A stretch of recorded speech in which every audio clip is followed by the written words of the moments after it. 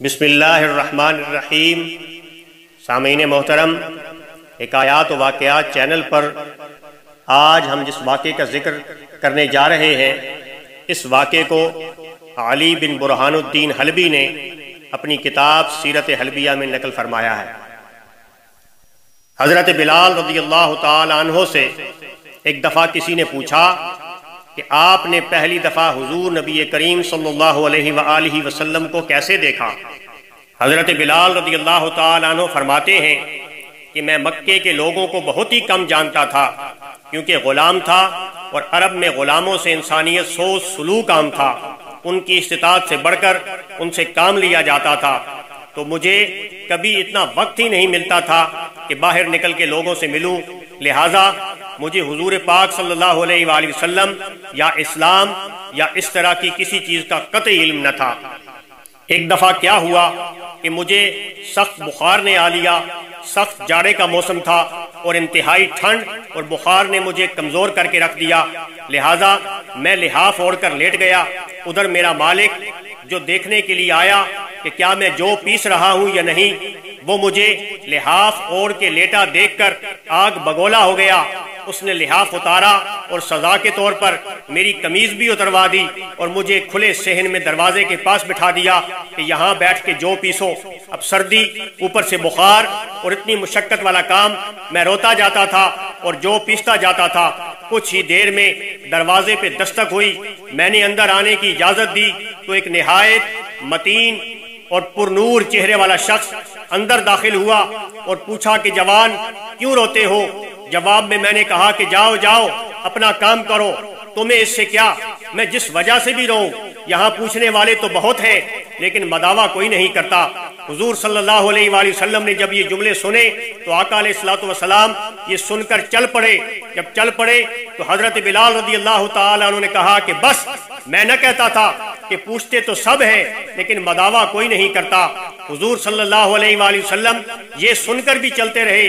حضرت بلال رضی اللہ تعالیٰ عنہ کہتے ہیں کہ دل میں جو ہلکی سی امید جاگی تھی کہ شاید یہ شخص کوئی مدد کر دے گا، وہ امید بھی ختم ہو گئی۔ لیکن حضرت بلال رضی اللہ تعالیٰ عنہ کو کیا معلوم تھا کہ جس شخص سے اب ان کا واسطہ پڑا ہے وہ رحمت للعالمین ہے۔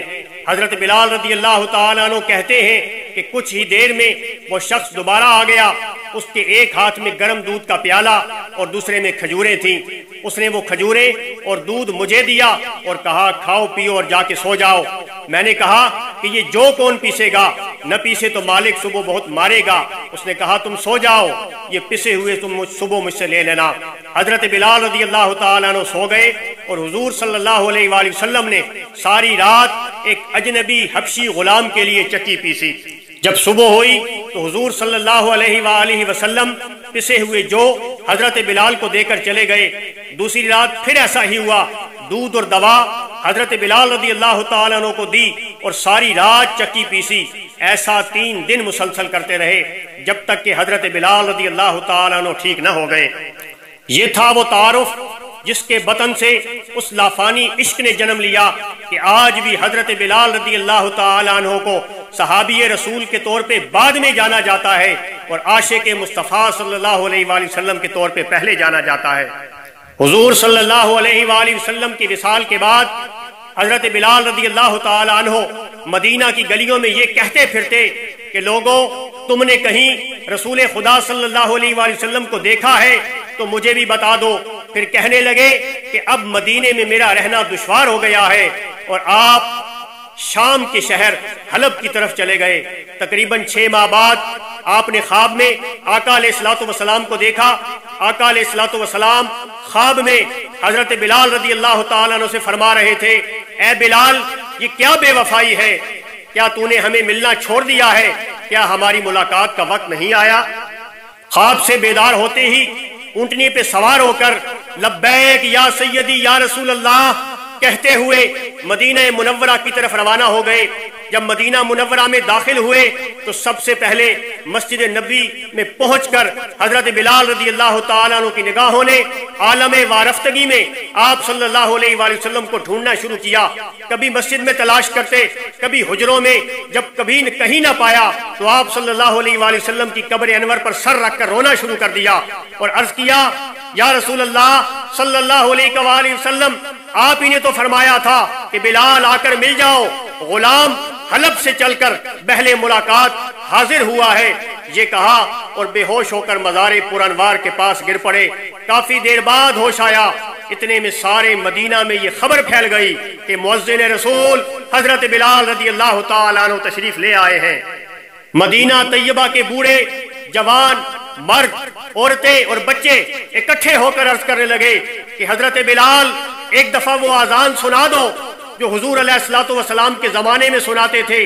آپ رضی اللہ تعالیٰ عنہ نے فرمایا, میں معذرت خواہ ہوں کیونکہ میں جب اذان پڑھتا تھا تو اشہد ان محمد رسول اللہ کہتے وقت آپ صلی اللہ علیہ وآلہ وسلم کی زیارت سے مشرف ہوتا اور آپ صلی اللہ علیہ وآلہ وسلم کی دیدار سے اپنی آنکھوں کو ٹھنڈک پہنچاتا تھا. آپ یہ الفاظ کرتے ہوئے, اب یہ الفاظ ادا کرتے ہوئے میں کسے دیکھوں گا؟ بعض صحابہ کرام رضوان اللہ تعالی علیہم اجمعین نے مشورہ دیا کہ حسنین کریمین رضی اللہ تعالی عنہما سے سفارش کروائی جائے. جب وہ حضرت بلال رضی اللہ تعالی عنہ کو آذان دینے کے لیے کہیں گے تو آپ انکار نہ کر سکیں گے.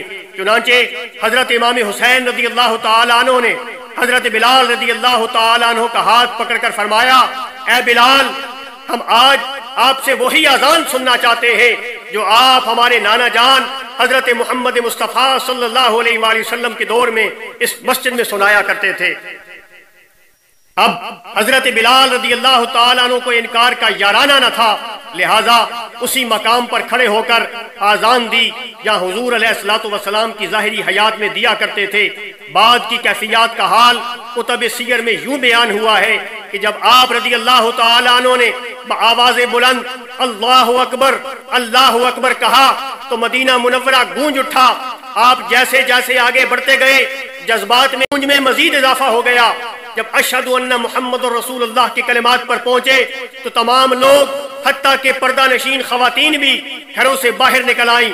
رکت و گریہ اور زاری کا عجیب منظر تھا. لوگوں نے کہا رسول اللہ صلی اللہ علیہ وآلہ وسلم تشریف لے آئے ہیں. آپ صلی اللہ علیہ وآلہ وسلم کے وصال کے بعد مدینہ منورہ میں اس دن سے زیادہ رونے والے مرد و زن کبھی نہیں دیکھے گئے. علامہ اقبال نے مؤذن رسول حضرت بلال رضی اللہ تعالیٰ عنہ کے بارے میں کہا کہ ازاں ازل سے تیرے عشق کا ترانہ بنی, ازاں ازل سے تیرے عشق کا ترانہ بنی, نواز اس کے نظارے کا ایک بہانہ بنی. ادائے دید سراپا نیاز تھی تیری, ادائے دید سراپا نیاز تھی تیری, کسی کو دیکھتے رہنا نماز تھی تیری. سامعین محترم, اللہ کی بارگاہ میں ہم دعا کرتے ہیں کہ باری تعالیٰ تو ہمیں اصحاب رسول اور عاشقان مصطفیٰ صلی اللہ علیہ وآلہ وسلم کا عشق عطا فرما, ان کی قربت اور معیت عطا فرما اور ان کے عشق میں جینے اور مرنے کی توفیق عطا فرما, اور کل قیامت کے دن حضور علیہ الصلوۃ والسلام کی شفاعت کبریٰ نصیب فرما. آمین یا رب العالمین. جزاکم اللہ خیرا کثیرا.